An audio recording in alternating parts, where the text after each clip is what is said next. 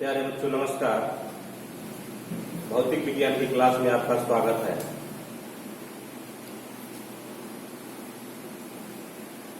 अगले वीडियो में बच्चों हमने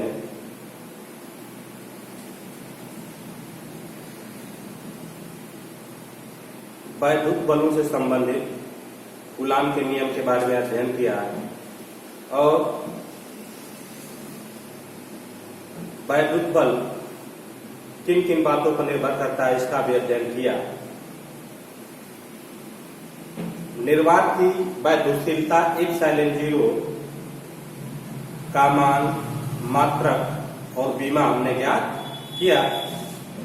आज हम बच्चों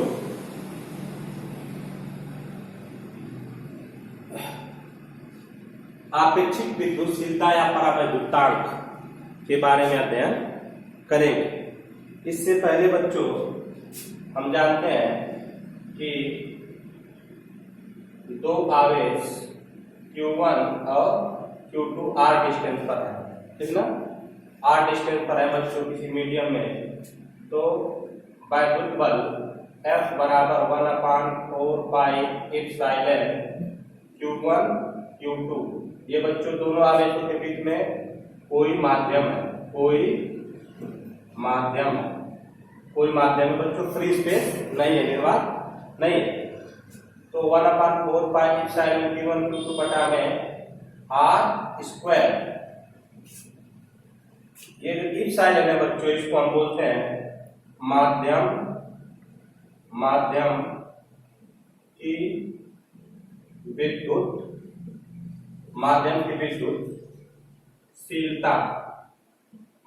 की विद्युतशीलता।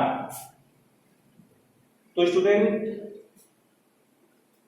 वैद्युत बलों के ऊपर माध्यम की वैद्युतशीलता का क्या प्रभाव पड़ता है, आइए समझते हैं। अब देखिए बच्चों, माध्यम की वैद्युतशीलता यदि अधिक होगी, क्या होगी? अधिक होगी, तो दोनों आवेशों के बीच स्थिर वैद्युत बल क्या होगा? कम होगा बच्चों, ठीक। तो एप्सिलॉन जो है बच्चों, यह दो आवेशों के बीच लगने वाले आकर्षण या प्रतिकर्षण बल को कम कर देता है और एप्सिलॉन की वैल्यू जो होती है बच्चों, यह बड़ी होती है ε0, ठीक। अर्थात ये क्या है बच्चों? माध्यम की विद्युतशीलता। और ये बच्चों क्या है? निर्वात की विद्युतशीलता। अर्थात माध्यम की विद्युतशीलता जो होती है बच्चों सदैव अधिक होती है, किससे? निर्वात की विद्युतशीलता से। तो ये देखिए, इसका मतलब ये निकलेगा कि Fm मतलब माध्यम में स्थिर वैद्युत बल, किसी माध्यम में स्थिर वैद्युत बल सदैव कम रहेगा। सदैव क्या होगा? कम रहेगा, किससे?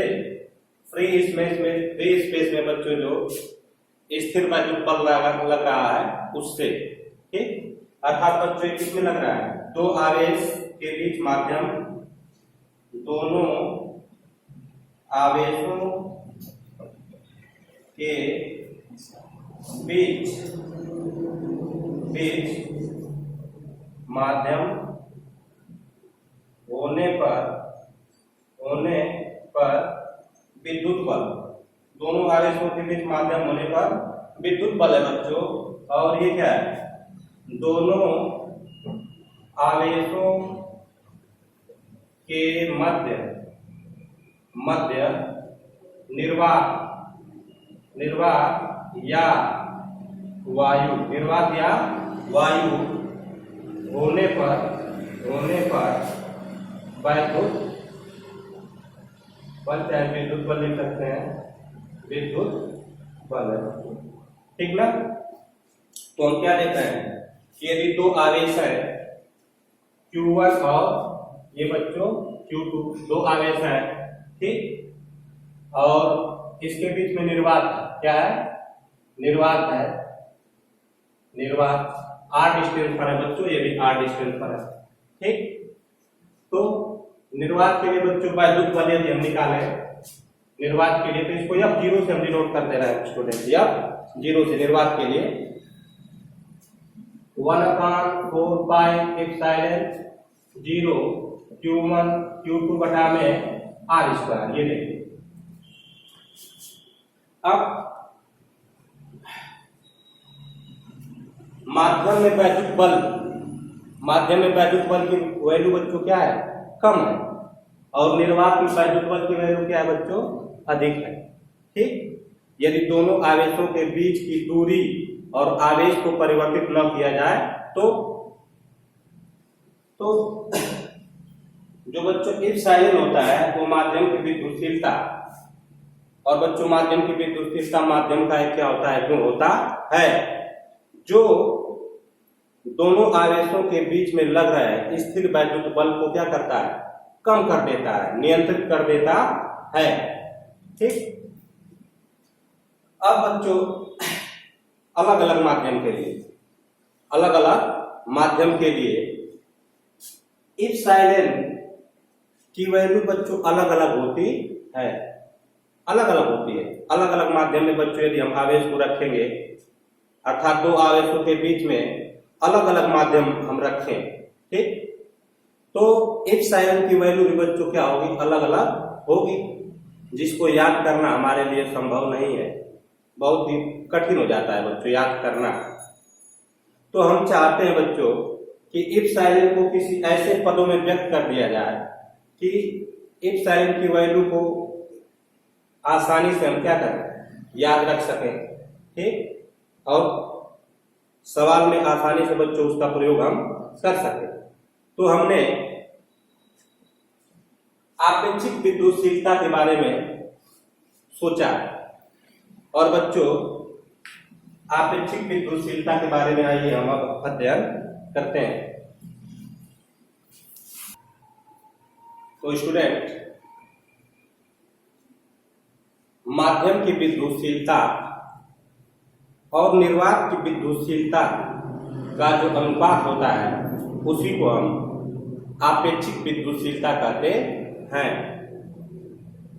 तो आइए बच्चों इसको हम सिद्ध करते हैं। लिखते हैं कि माना दो आवेश, माना दो आवेश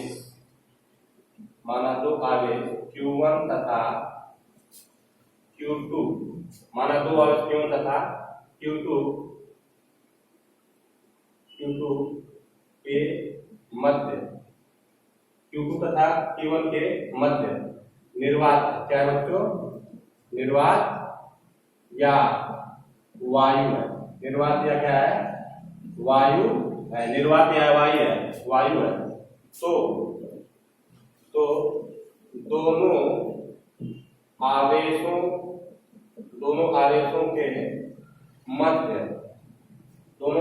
के मध्य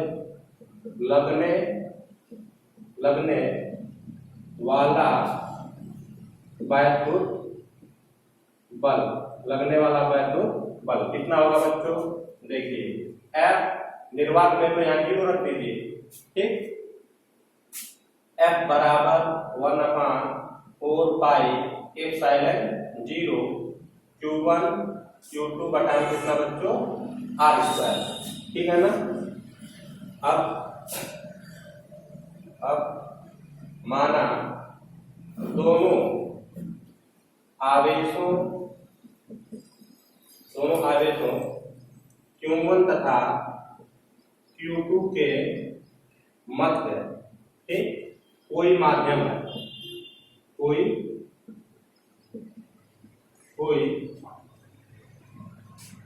माध्यम, कोई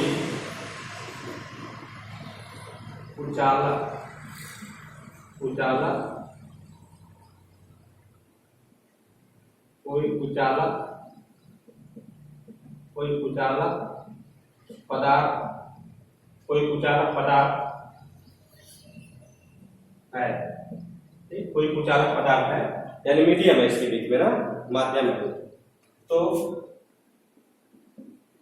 Q1 तथा Q2 के मध्य, Q1 तथा Q2 के मध्य वैद्युत बल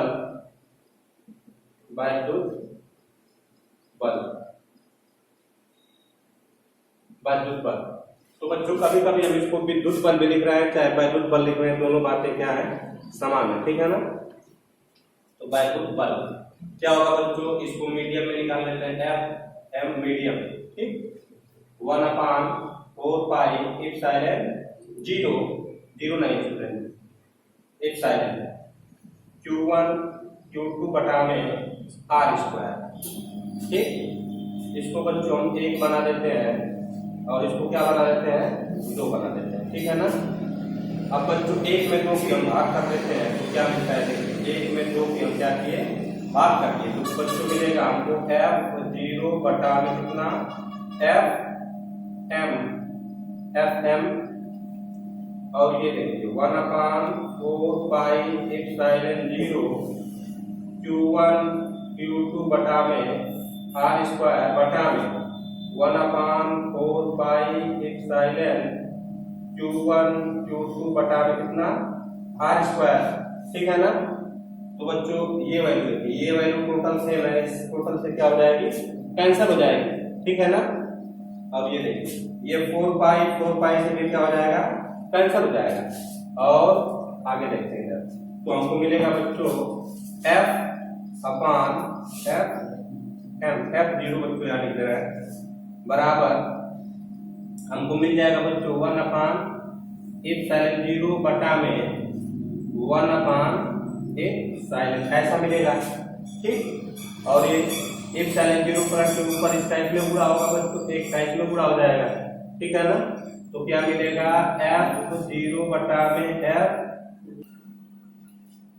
तो सॉरी स्टूडेंट यहाँ कुछ मिस्टेक हो गया था, 1/एप्सिलॉन 0 नीचे मिलेगा 1/एप्सिलॉन, एप्सिलॉन बच्चों ऊपर चला जाएगा, एप्सिलॉन बटा में क्या मिलेगा, एप्सिलॉन 0, ठीक। और बच्चों इसी रेशो को, इसी अनुपात को हम लोग बोलते हैं आपेक्षिक विद्युतशीलता, अर्थात इसको लिख देंगे एप्सिलॉन R, ठीक। एप्सिलॉन R को बच्चों क्या बोलेंगे, आपेक्षिक विद्युतशीलता, ये आपेक्षिक विद्युतशीलता है सुना। अब इधर देखते हैं, देखिए इस रिलेशन को बच्चों हम ऐसे लिख सकते हैं, देखिए एप्सिलॉन बटा में एप्सिलॉन 0 बराबर एप्सिलॉन R, ठीक। ये क्या है, माध्यम में विद्युतशीलता, और क्या है, निर्वात की विद्युतशीलता है, माध्यम की विद्युतशीलता है, ठीक। तो बच्चों इसको हम ऐसा लिख सकते हैं, एप्सिलॉन बराबर एप्सिलॉन R इंटू एप्सिलॉन 0, ये देखिए, ठीक। मतलब माध्यम की जो विद्युतशीलता होती है वह निर्वात की विद्युतशीलता की एप्सिलॉन R गुना होती है, ठीक ना। अब ये रिलेशन देखिए बच्चों, इस रिलेशन में देखिए, इसको हम क्या लिख सकते हैं, इसको हम लिख सकते हैं F 0 बटा में FM बराबर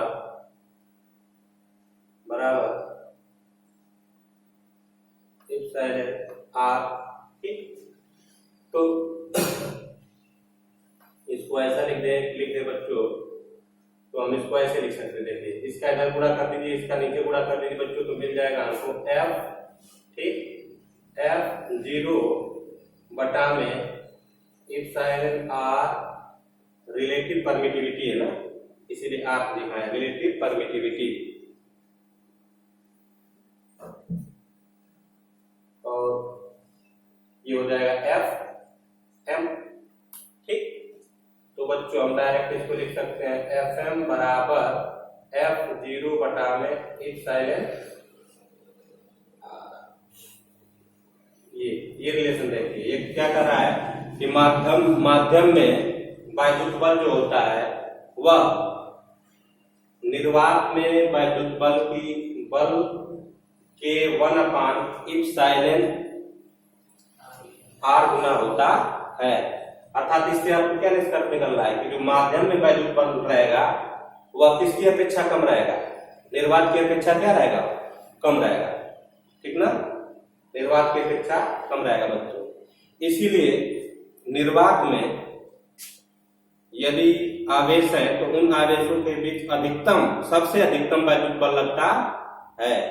और उन्हीं आवेशों को यदि हम माध्यम में लेकर आए, ठीक, और डिस्टेंस भी सेम रखें और आवेशों की मात्रा भी सेम रखें, तो दोनों आवेशों के बीच वैद्युत बल निर्वात की अपेक्षा क्या हो जाएगा, कम हो जाएगा। ठीक ना बच्चों।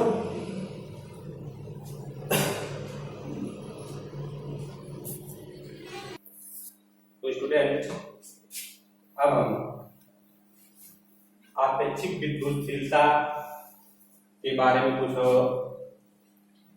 अध्ययन करते हैं। देखिए, आपेक्षिक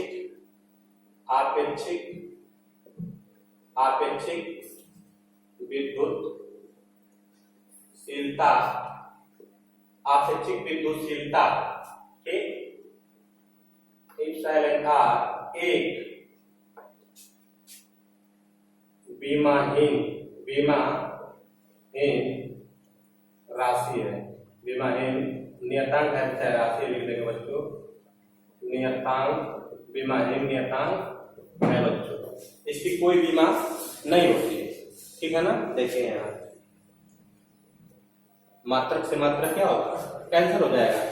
ठीक, अब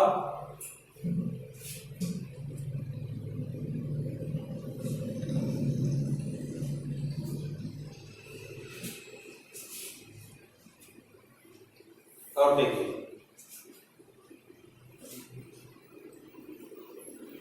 विद्युत जो आते, तो स्टूडेंट आपेक्षिक विद्युतशीलता पर कुछ महत्वपूर्ण पॉइंट, कुछ महत्वपूर्ण बिंदु दिए गए हैं। चलिए इसका हम क्रमबद्ध तरीके से अध्ययन करते हैं। आपेक्षिक विद्युतशीलता एक विमाहीन नियतांक है। ठीक, क्योंकि बच्चों हम आपेक्षिक विद्युतशीलता बराबर अभी पढ़े, देखिए माध्यम की वैद्युतशीलता बटा निर्वात की वैद्युतशीलता का जो रेशो होता है बच्चों, उसी को हम क्या बोलते हैं, आपेक्षिक विद्युतशीलता। ठीक, यहाँ का मात्रक इप्सिलॉन का मात्रक और इप्सिलॉन 0 का मात्रक बच्चों सेम, मात्रक से मात्रक कैंसल, मात्रक से मात्रक कैंसल हो गया बच्चों, तो एक विमाहीन राशि हो गई।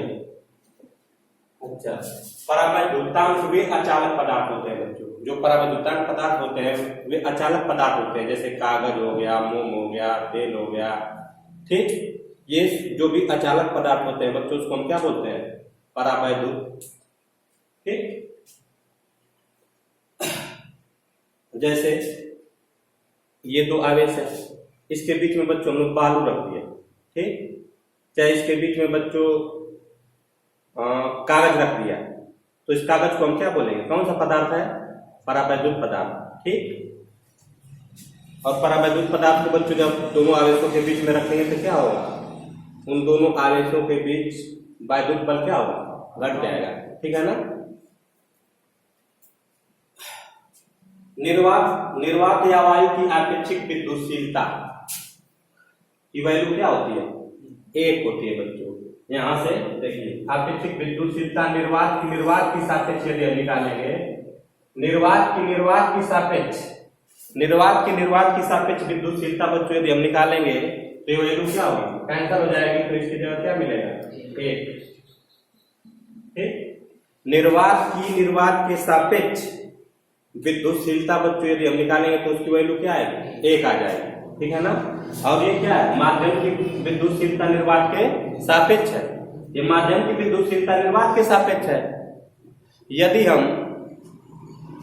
निर्वात की विद्युतशीलता निर्वात के सापेक्ष यदि निकालेंगे तो उसका रिजल्ट क्या आएगा, 1 आ जाएगा, 1 कट के बच्चों 1 आ जाएगा, ठीक है ना। फिर सभी परावैद्युतों के लिए आपेक्षिक विद्युतशीलता की वैल्यू बच्चों 1 से क्या होती है, अधिक होती है। सभी परावैद्युतों के लिए आपेक्षिक विद्युतशीलता की वैल्यू 1 से बड़ी होती है, ठीक। यदि आवेशों के मध्य कोई परावैद्युत हो तो हम अभी बताएं बच्चों कि आवेश के बीच में यदि कोई परावैद्युत रख दिए, कोई कुचालक पदार्थ रख दिए हैं, तो दोनों आवेशों के बीच लगने वाला वैद्युत बल क्या हो जाएगा, घट जाएगा, ठीक है ना। यदि आवेशों के मध्य कोई परावैद्युत कुचालक, कांच, मोम, कागज है तो आवेशों के मध्य लगने वाला वैद्युत बल कितना होता है बच्चों, देखिए। यदि दोनों आवेश के बीच में कोई माध्यम है, कोई परावैद्युत पदार्थ है, तो उन आवेशों के बीच लगने वाला आकर्षण या प्रतिकर्षण बल बच्चों आप इस सूत्र से क्या करेंगे, ज्ञात करेंगे, ठीक। और बच्चों सुविधा के लिए इसको हम ऐसे भी लिखते हैं, F m बराबर 1/4 पाई एप्सिलॉन। देखिए एप्सिलॉन है तो एप्सिलॉन की वैल्यू यहां से रख दीजिए यहाँ, ठीक ना। तो ये मिल जाएगा एप्सिलॉन r और एप्सिलॉन ऐसे लिख दीजिए, एप्सिलॉन r एप्सिलॉन 0, ठीक।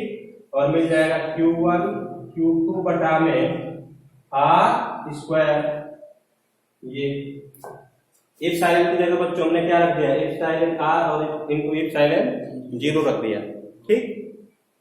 और ऐसा करने से बच्चों बहुत ही सुविधा पूर्वक, ठीक,